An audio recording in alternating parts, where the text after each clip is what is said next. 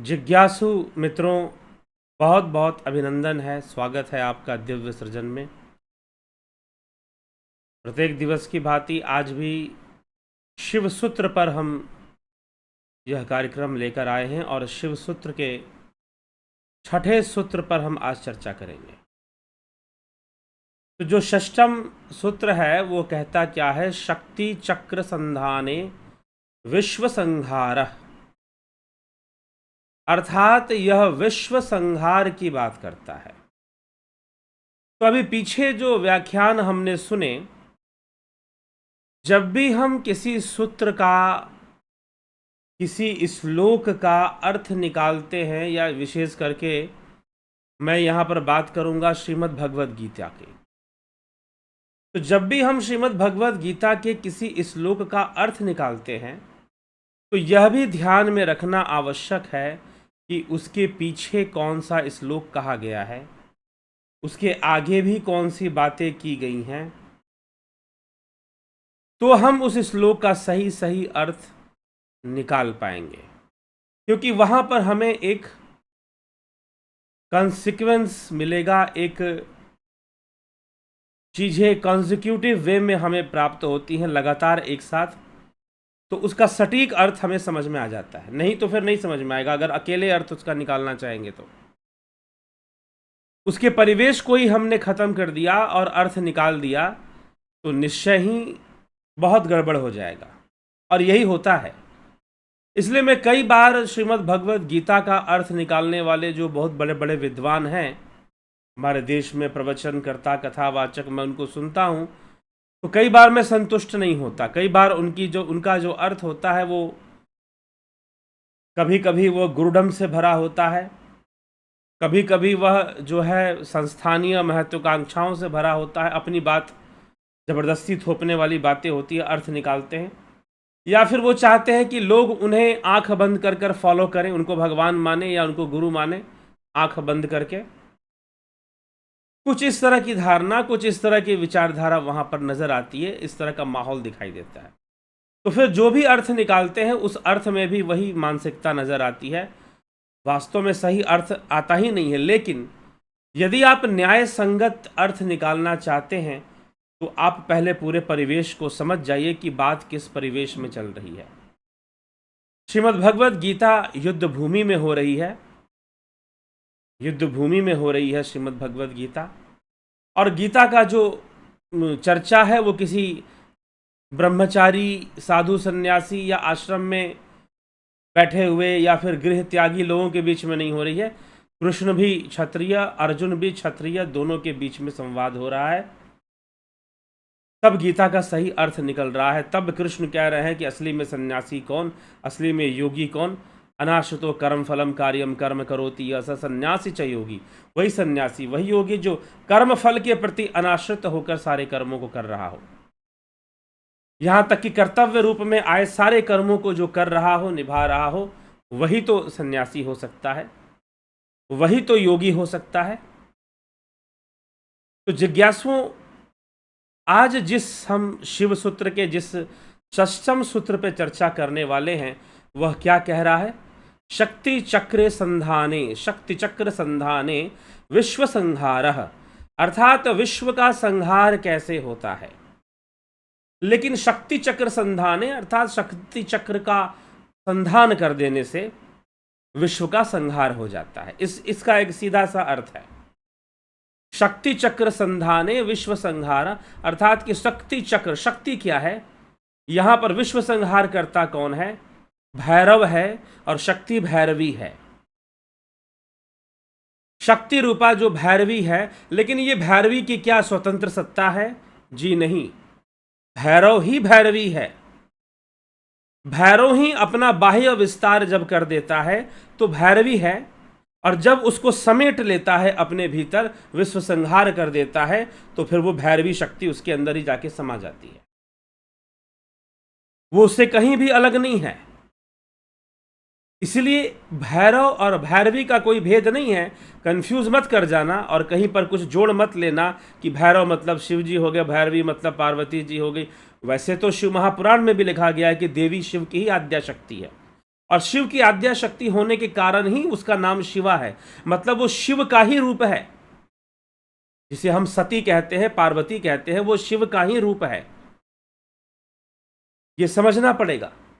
तो इसीलिए खैर यह दार्शनिक चर्चा है यहां पर। तो यहां पर कोई देव रूप में शिव या शंकर भगवान की कोई चर्चा नहीं हो रही है।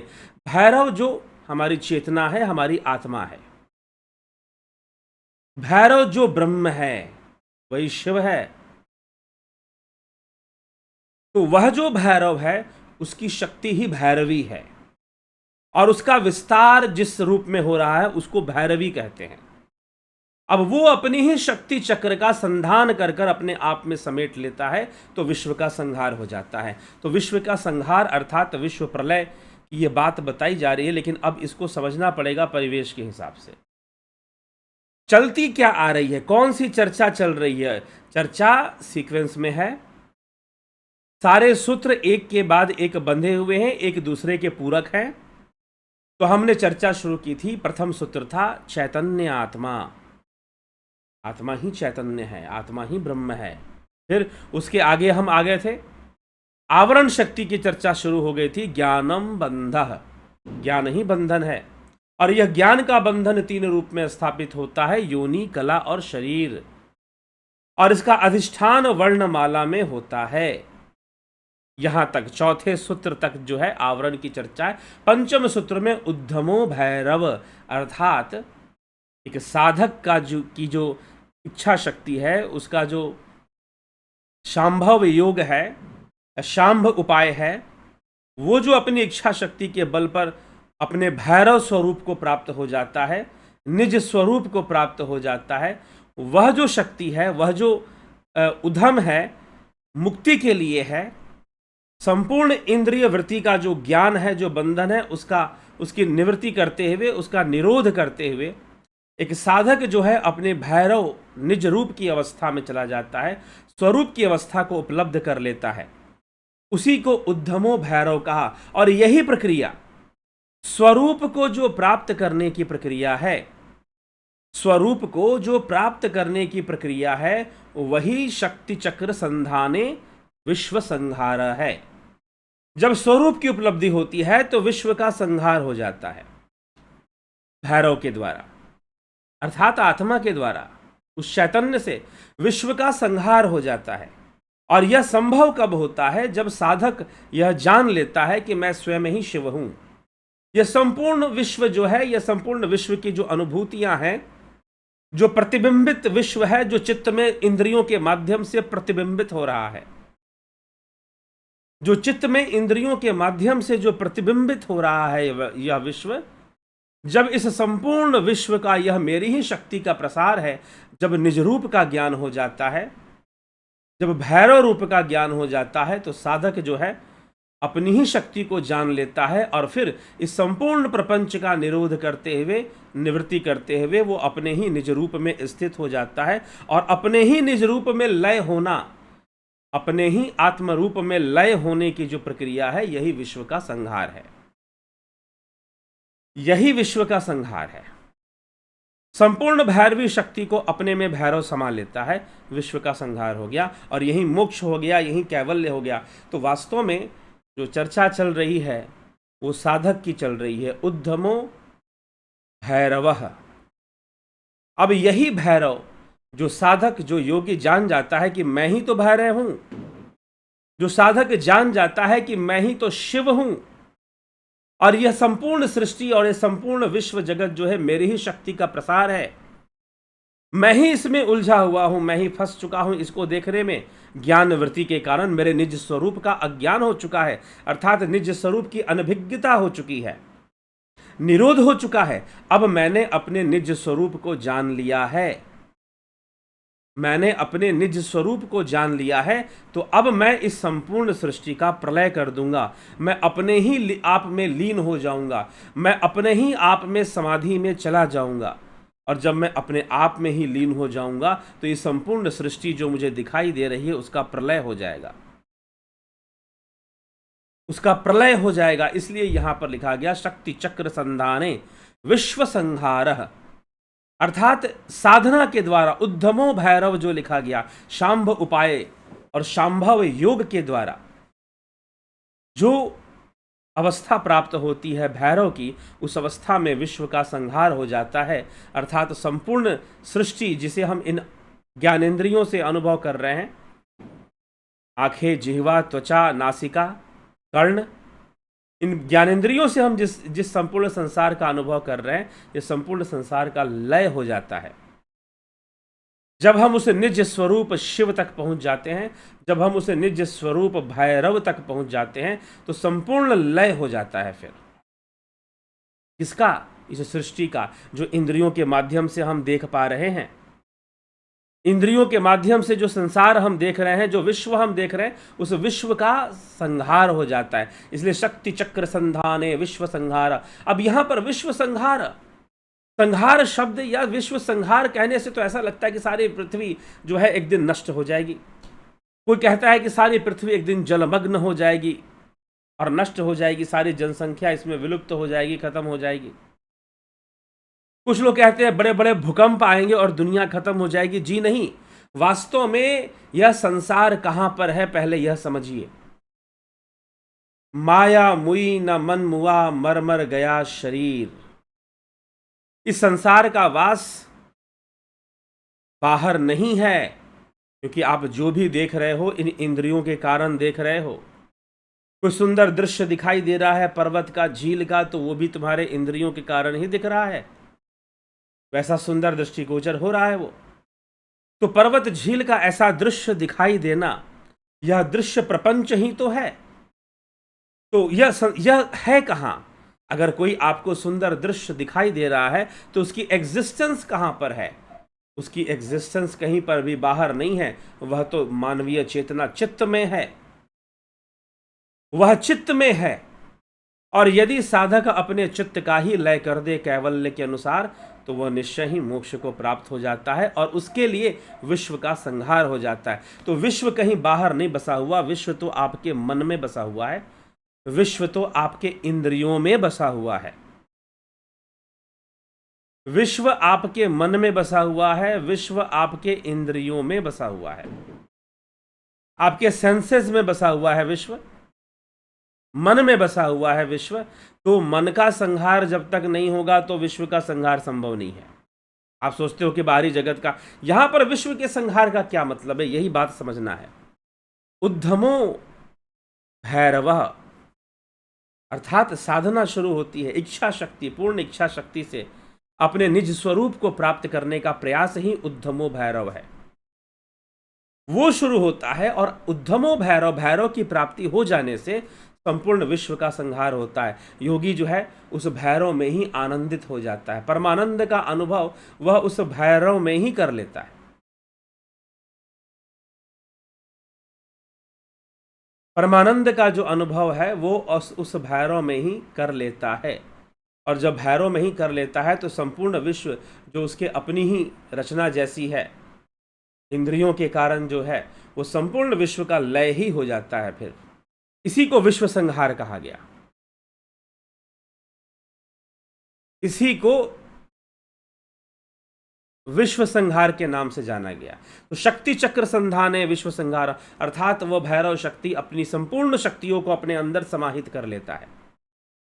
एक योगी, एक शांभव योगी, एक शांभवी साधक, शांभ उपाय करने वाला जो योगी है, जो ध्यान योग करने वाला जो योगी है, वो संपूर्ण शक्तियों को अपने अंदर ही, संपूर्ण विचारों को, मन की वृत्तियों को अपने भीतर ही समाहित कर लेता है और स्वयं उस परम शून्य की अवस्था को प्राप्त हो जाता है, भावातीत अवस्था को प्राप्त हो जाता है। फिर कोई सृष्टि उसके द्वारा नहीं होती, क्योंकि वो इंद्रियों में अपने आप को गमन ही नहीं करने देता। वो समझ लेता है कि ये संपूर्ण विश्व तो मेरा ही प्रसार है। और जब ऐसी समझ पैदा हो जाती है तो विश्व के प्रति एक साक्षी भाव पैदा हो जाता है अपने आप। आसक्त भाव नहीं रहता, साक्षी भाव पैदा हो जाता है अपने आप। और फिर योग साधना से, ध्यान योग की जो क्रियाएं, जो विधियां, उससे जो है साधक जो है स्वयं को भैरव में पूर्णतः लय कर देता है और भैरव रूप ही हो जाता है। भैरवो अहम शिवो अहम हो जाता है वो। ठीक। तो भैरवो अहम, और इस प्रकार से शिवो अहम लिखा गया कि मैं ही भैरव हूँ, तो मैं भैरव रूप हो जाऊंगा, मैं अपने भैरव में ही स्थित हो जाऊंगा, मैं निज स्वरूप को ही प्राप्त कर लूंगा, मुझे बाह्य स्वरूपों की आवश्यकता ही नहीं पड़ेगी, प्रपंच की आवश्यकता ही नहीं पड़ेगी। तो इस प्रकार से स्वयं में ही स्वयं की सारी शक्तियों को लीन कर देना, सारे दृष्टिगोचर संसार को लीन कर देना, तो यही भैरव समाधि होगी, यही कैवल्य समाधि होगी, जहां पर यह ऐसी घटना घटेगी और वहां विश्व का संहार हो जाएगा, वहां विश्व का संहार हो जाएगा। इसी बात को यहां पर समझाया जा रहा है। तो साधु के हेतु जो पीछे जो सूत्र दिया गया उद्धमो भैरव, उसी का एक पाठ है ये, उसी के अर्थ में इसको लिया गया है। इसलिए अपना निजी अर्थ मत निकालिए कि शिव जी जो है पूरे विश्व को नष्ट कर देते हैं, तबाही ला देते हैं और सब कुछ डिस्ट्रक्टिव कर देते हैं। जी नहीं, ऐसी कोई बात नहीं है। विश्व संहार मतलब अपनी ही शक्तियों का, अपनी ही शक्तियों में लय कर देना, भैरवी का भैरव में समाहित हो जाना, विश्व संहार है। इसको यहां पर विश्व संहार, एक साधक के जीवन में यह विश्व संहार होता है जब वह अपने निज स्वरूप का साक्षात्कार कर लेता है, तो उसका ही विश्व संहार हो जाता है। ठीक, तो यहां पर विश्व संहार के मर्म को समझना है, इसके सार तत्व को समझना है, ऐसे ही कोई अर्थ नहीं निकाल देना है विश्व संहार के विषय में। तो इसलिए शक्ति चक्रेन, शक्ति चक्र अनुसंधाने, शक्ति चक्र संधाने, अनुसंधान संधान एक ही शब्द है लगभग, तो शक्ति चक्र संधाने विश्व संहार। ठीक, तो विशिष्ट भैरव में एक महान शक्ति भैरवी है। विस्तृत रूप के अनुसंधान से, अर्थात यह संपूर्ण जगत का जो विस्तार है इंद्रियों के द्वारा, उस अनुसंधान से स्वसंविद रूप अग्नि में विश्व का संहार हो जाता है, अर्थात लय हो जाता है। तो ये इसके अर्थ पर हमें इस प्रकार से, यह शक्ति जिसको शक्ति कहा जा रहा है वो भैरवी शक्ति ही है। तो ये संपूर्ण बहिर्मुखी प्रसार को हम जब जान जाते हैं, एक सांभव योगी जान जाता है, एक ध्यान योगी जान जाता है, तो अपने आप को उस मूल में ही समाहित करने का पूर्ण प्रयास करता है और उसमें समाहित हो भी जाता है। यह मुख्य विषय है समझने योग्य। इसी को विश्व संहार कहा गया है, ना कि बाहरी रूप से संसार का विघटन होना या नष्ट होना, उसको विश्व संहार नहीं कहा गया है। इसी घटना को विश्व संहार के रूप में जाना गया, शक्ति चक्र संधाने विश्व संहार। इस तरह से हमें समझना चाहिए, क्योंकि अब यही परिवेश, अब ऐसा अर्थ हम क्यों निकाल रहे हैं शक्ति चक्र संधाने, शक्ति चक्र संधान विश्व संहारा, ऐसा अर्थ इसलिए क्योंकि पीछे जो सूत्र दिए गए उसके साथ जब हम जोड़ेंगे तो यही अर्थ निकलेगा कि स्वयं के बारे में कह रहा है, स्वयं के द्वारा विश्व का संहार, अर्थात स्वयं के द्वारा मन बुद्धि चित्त अहंकार का जो साम्राज्य है उन सब का चित्तमय लय हो जाना, मूल चित्तमय लय हो जाना, यही विश्व संहार है। तो विवेकपूर्ण ढंग से हमें इस विषय को समझकर विश्व संहार के इस कॉन्सेप्ट को समझना चाहिए कि किसे विश्व संहार कहा जा रहा है। हम अगर समझ जाएंगे और साथ ही साथ पूर्वोत्तर, तो विश्व संहार जो यह विषय है इसको हमें इस प्रकार से ग्रहण करना है, इस प्रकार से समझना चाहिए। ये कोई बाहरी संहार की चर्चा नहीं कर रहा, यह कोई बाहरी संहार की चर्चा नहीं कर रहा, बस यही बात हमें ध्यान रखने की आवश्यकता है। यह इंद्रियों के वशीभूत जो सृष्टि है, इंद्रियों के लय कर देने से, इंद्रियों का प्रलय हो जाने से, मन बुद्धि चित्त अहंकार का लय हो जाने से, योनि का लय हो जाने से, उसी ब्रह्म में फिर सारे रहस्य हमारे प्रकट हो जाते हैं और विश्व का संहार भी हमें समझ में आ जाता है। तो यह संभव है ध्यान योग के माध्यम से। यदि आप विश्व संहार करना चाहते हैं तो आप शांभव योगी बनिए, आप ध्यान योगी बनिए, साधना शुरू कीजिए, ध्यान योग का कोर्स ज्वाइन कीजिए। आपके द्वारा ही इस विश्व का आप समझ में आ जाएगा कि मैं ही तो भैरव हूं और मेरे द्वारा ही तो सृष्टि का प्रपंच फैल रहा है और मेरे में ही तो समा जा रहा है।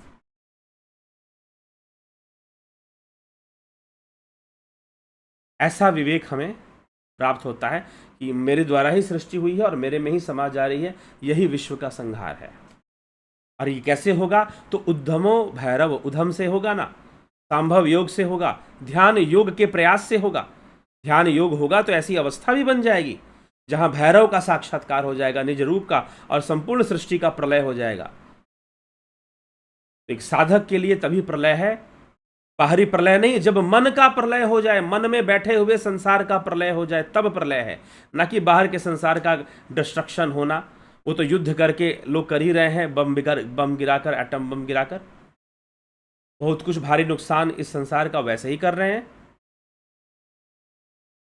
और क्या हम इसे खत्म करेंगे? तो विश्व संहार का वो बाहरी अर्थ नहीं है यहाँ पर विश्व संहार का अर्थ है अपने ही कर्मों का लय, अपनी ही वस्तुओं का प्रलय हो जाना, अपने ही भीतर समाधि के द्वारा, योग समाधि। तो इसके लिए ध्यान योग का सटीक अभ्यास होगा, तो निश्चय ही ध्यान योग की समाधि तक भी हम पहुंच पाएंगे, और तब जाकर कहलाएगा विश्व संहार। तो ये विश्व संहार का अर्थ है, और ये भैरव और भैरवी का अर्थ है कि भैरव की ही शक्ति है भैरवी। तो शक्ति चक्र संधाने, मतलब भैरव अपनी ही भैरवी को अपने में संधान कर कर, उसके चक्र का संधान कर कर, उसके चक्र को उससे लेकर अपने ही भीतर समा लेते हैं। भैरव जो है भैरवी शक्ति को अपने भीतर ही जोड़ लेता है, समा लेता है। तो वैसे ही ये सृष्टि हमारी ही है, हमने ही पैदा किया है, और जब ध्यान योग करेंगे तो हम अपने आप में ही लय हो जाएंगे, निर्विचार हो जाएंगे, और वह जो हम निर्विचार हो जाएंगे अपने मूल स्वरूप को प्राप्त हो जाएंगे, और मूल स्वरूप को प्राप्त होकर हम आनंद परमानंद का अनुभव करेंगे, क्योंकि तो हमारा मूल स्वरूप है। उससे ज़्यादा आनंद कहाँ भला हो सकता है, यह भी हमें विचार करना चाहिए। तो चलिए, इसी के साथ मैं आज के विचारों को विराम देता हूँ। कल फिर 9 बजे लाइव चर्चा में आपसे मिलते हैं।